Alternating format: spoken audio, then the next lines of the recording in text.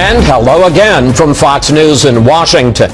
As we count down to the first voting of 2016, Donald Trump continues to lead Republicans nationally, with rival Ted Cruz now in first place in Iowa.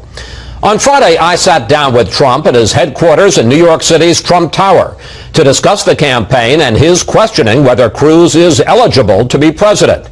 But we began with Trump's special area of expertise, money. Mr. Trump, welcome back to Fox News Sunday. Thank you. The stock market has dropped dramatically in recent days, in large part because of fears about the Chinese economy. What would President Trump do about the markets? Well, if they would have been listening to me over the last 6 years, we are so tied into China that when China goes bad, we go bad. We're just tied in, and we're tied into their advantage, not to our advantage. What we have to do is be smart. They want to, as you know, they want to continue to devalue their currency in order to devalue out. But what that's doing, it's stopping our companies from being able to compete with China and other places, including Japan, which, by the way, is doing big devaluations. Not good for us. Anytime you see these countries devaluing their currency, that's a bad thing for us. And China wants to do that now again to get itself out of a problem. But as president, you said the other day that you would impose a 45% tariff on all Chinese goods coming into this country. Wouldn't that both increase the price of these goods to American consumers and weaken the Chinese economy even more? Chris, I didn't say I was going to do it. I told them, and I would say to them very strongly, if you don't start living by the rules, they're not living by the rules. What they're doing with their devaluations is a disgrace to us. And by the way, China's not the only one. But China is the worst abuser of all, and they have to stop doing it. And if they don't do that, we have tremendous power over China. And you know, the Obama administration doesn't understand that. We have tremendous power, economic power over China, because once that stops, they have a depression the likes of which you have never seen. So we have a lot of power. Why should Republican voters in Iowa, more than half of whom say that they're either evangelicals or born-again Christians, why should they choose you over Ted Cruz? Well, I'll tell you what, I have formed a great bond in Iowa. I'm doing very well with the evangelicals. I'm Protestant, I'm Presbyterian. I have a great bond with the evangelicals, and by the way, with the Tea Parties, and you see that in your polls. I'm doing very well with them. Why should they pick you over Cruz? Because I think that I will be much better on illegal immigration. I will be much better on security. I will be much better on the military. I will be much better on the economy. I mean, the economy is my thing. Let me ask you about immigration, because Cruz says that he's tougher than you when it comes to immigration. Your policy is you want to deport all of the illegals out and then let what you call the good ones back in. He says if you're deported, you never get back in. He's changed. What he's done is he's come. He also said the other day for the first time, we have to build a wall. We have to build a wall. He never talked about building a wall. He campaigned on that in 2012. Well, I don't know, 2012. I can tell you for this whole cycle, he just mentioned it 3 days ago. Look, I'm going to build a wall. We're going to have a strong border.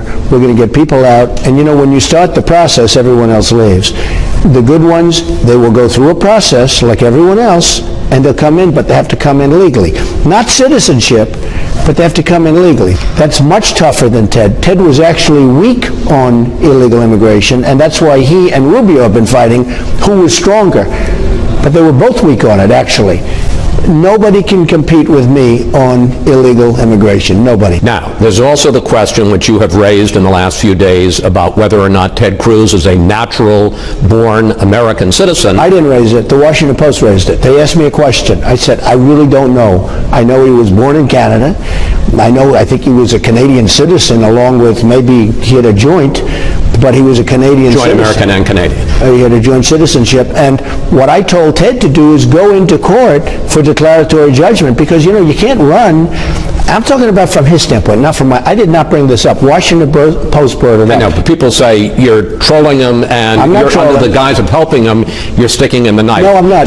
What he should do is ask for declaratory judgment, because you know what? But he says it's not an issue, and in fact, when you raised it, he posted a video of the Fonz jumping the shark. Okay, and that's just games. Look, that's he says he's kind of laughing at it. Chris, he's not laughing. He's taking it very seriously. He should take it very seriously.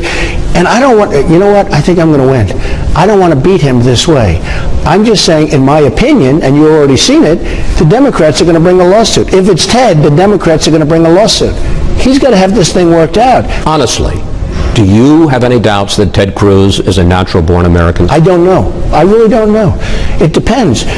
Does natural born mean born to the land, meaning born on the land? In that case, he's not. But nobody knows what it means. And it hasn't been adjudicated, and it hasn't gone to the Supreme Court. And I'm only saying this, and I speak well of Ted. I'm only saying that Ted has to get this problem solved. Because if he's running against a Democrat and they bring a lawsuit, he's got a hell of a thing over his head. President Obama is making a big push about gun control. You said the other day that pretty soon we're not going to be able to get guns, and the president responded that that's all a conspiracy. Contrary to claims of some presidential candidates apparently before this meeting, this is not a plot to take away everybody's guns. Your reaction? So, President Obama has been hitting the Second Amendment, and he would like to hit it very hard. Number one, you shouldn't do it through executive order. You should get together with the Republicans and the Democrats and work something out. And that's the way it's supposed to be done, not by the signing of an executive order. Now, he's done executive orders. He's done it on the border. He's done it all over the place. I mean, I don't think, does he meet with anybody anymore? All he does is sign executive orders. The one on the border was just overturned, and who knows what's going to happen, but it's a big legal mess. But you got to get the people in a room, and you got to talk to them and cajole them and see if you can do something. So I have a real problem with the way it's done, and I have a real problem anytime you start knocking and taking chunks out of the Second Amendment. If people had guns in California when these two horrible people that were married, however, whoever was radicalized first, nobody knows, but they were both radical, obviously, in the end. Had people in that room had guns, a couple of them, it would have been a totally different story. In Paris, as an example, use Paris. So in Paris, the toughest gun laws, they say, in the world, or just about. France, the toughest gun laws in the world.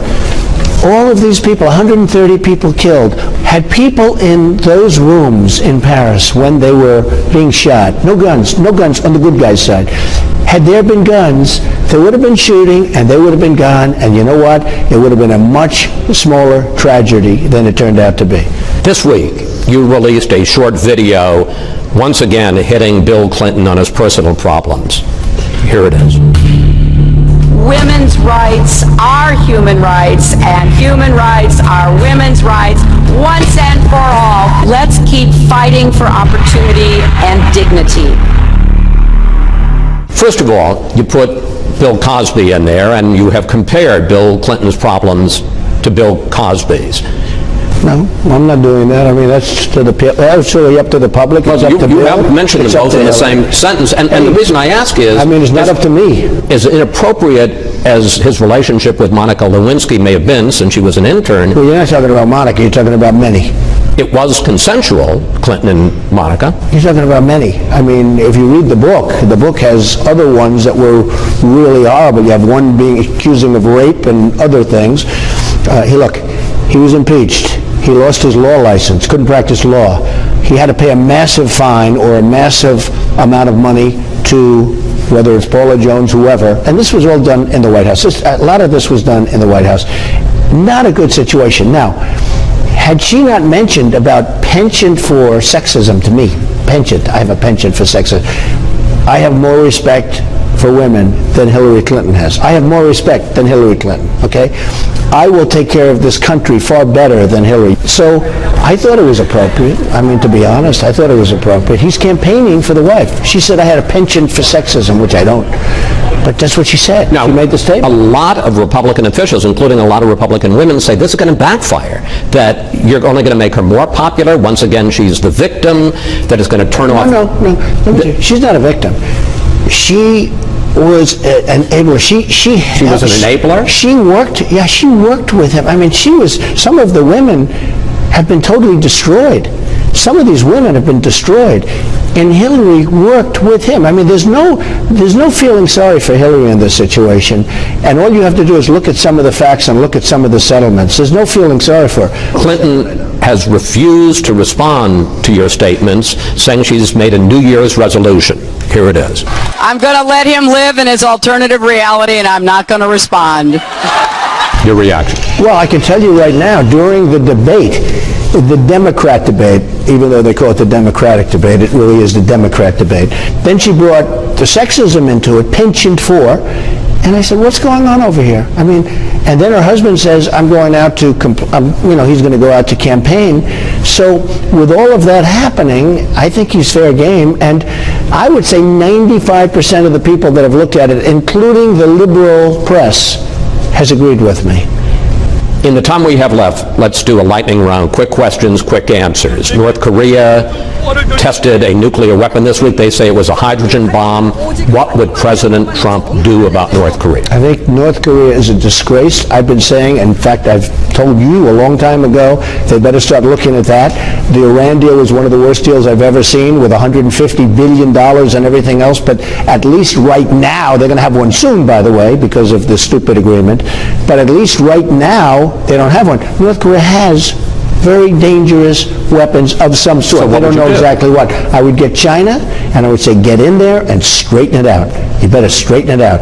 And if you don't straighten it out, we're going to have trouble, because we have power over China. We have trade power over China, and Obama doesn't understand. He's not a business person. There have been several domestic terror incidents recently. There were 2 refugees who were arrested for trying to support ISIS in Syria.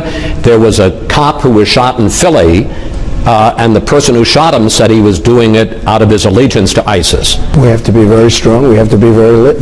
look, if we're not vigilant in this country, we're not going to have a country left. You look at what's happening in Brussels, and you look at what's happening in Germany, and you look at what's happening in Paris, and so many places. We have to be vigilant. We hear about a Bush doctrine and an Obama doctrine. Is there a Trump doctrine on foreign policy? Yeah. Is there a guiding philosophy? Yeah. Tough and smart and vigilant. We have to see what's going on. We don't. We have to be respected, because right now, Chris, we're not respected by anybody. And other people, I have to tell you, in terms of foreign policy, we're losing a fortune. Other people have to pay up. When we take care of South Korea militarily, when we take care of Germany and all these, many people don't even know this, but when we're protecting all of these countries, when we're protecting Saudi Arabia, as an example, Saudi Arabia was making $1 billion a day. Now it's less because of the oil, but they're still making plenty, okay? They got to pay up.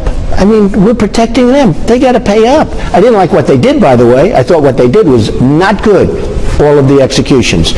But when Saudi Arabia is making $1 billion a day, and we get peanuts every time they have a problem, we have to go and defend them, not going to work that way. It's not going to work that way. They have to pay up. You have had remarkable success as a Republican candidate. Lord knows you surprised me. But there are people who say if you should actually become the nominee and be in the general election, that you're going to have problems. You're going to have to reach out to Hispanics, to minorities, to women, to independents, that you're going to have to move to the center, and you're going to have to tone it down. Well, look, all I can tell you is what I can tell you. You said I wouldn't run. Most people, in fact, you said, I don't want him on the program because he's not going to run. Okay, so I ran. I said, not only did I run, I've got 42% now in the latest poll, and other people have 12 and 2 and 1 and everything else. Okay, so I ran, I'm doing well. It's not attractive to say, I told you so, Mr. Trump. No, I understand. I understand. But I think I'm going to do very well. If it's Hillary, and it shouldn't be Hillary because of what she did with emails. I mean, frankly, it shouldn't be. She shouldn't be allowed to run. I think I'm going to do very well. Recent polls have shown that I'm going to do very well. And a lot of people are saying that if it's Trump against Hillary, it's going to be the largest voter turnout in the history of this country. And those extra people, those people that have never been part of the process before, are doing it because they're going to vote for Trump. So I think we're going to do very well. Mr. Trump, thank you. Thank you. Thank you.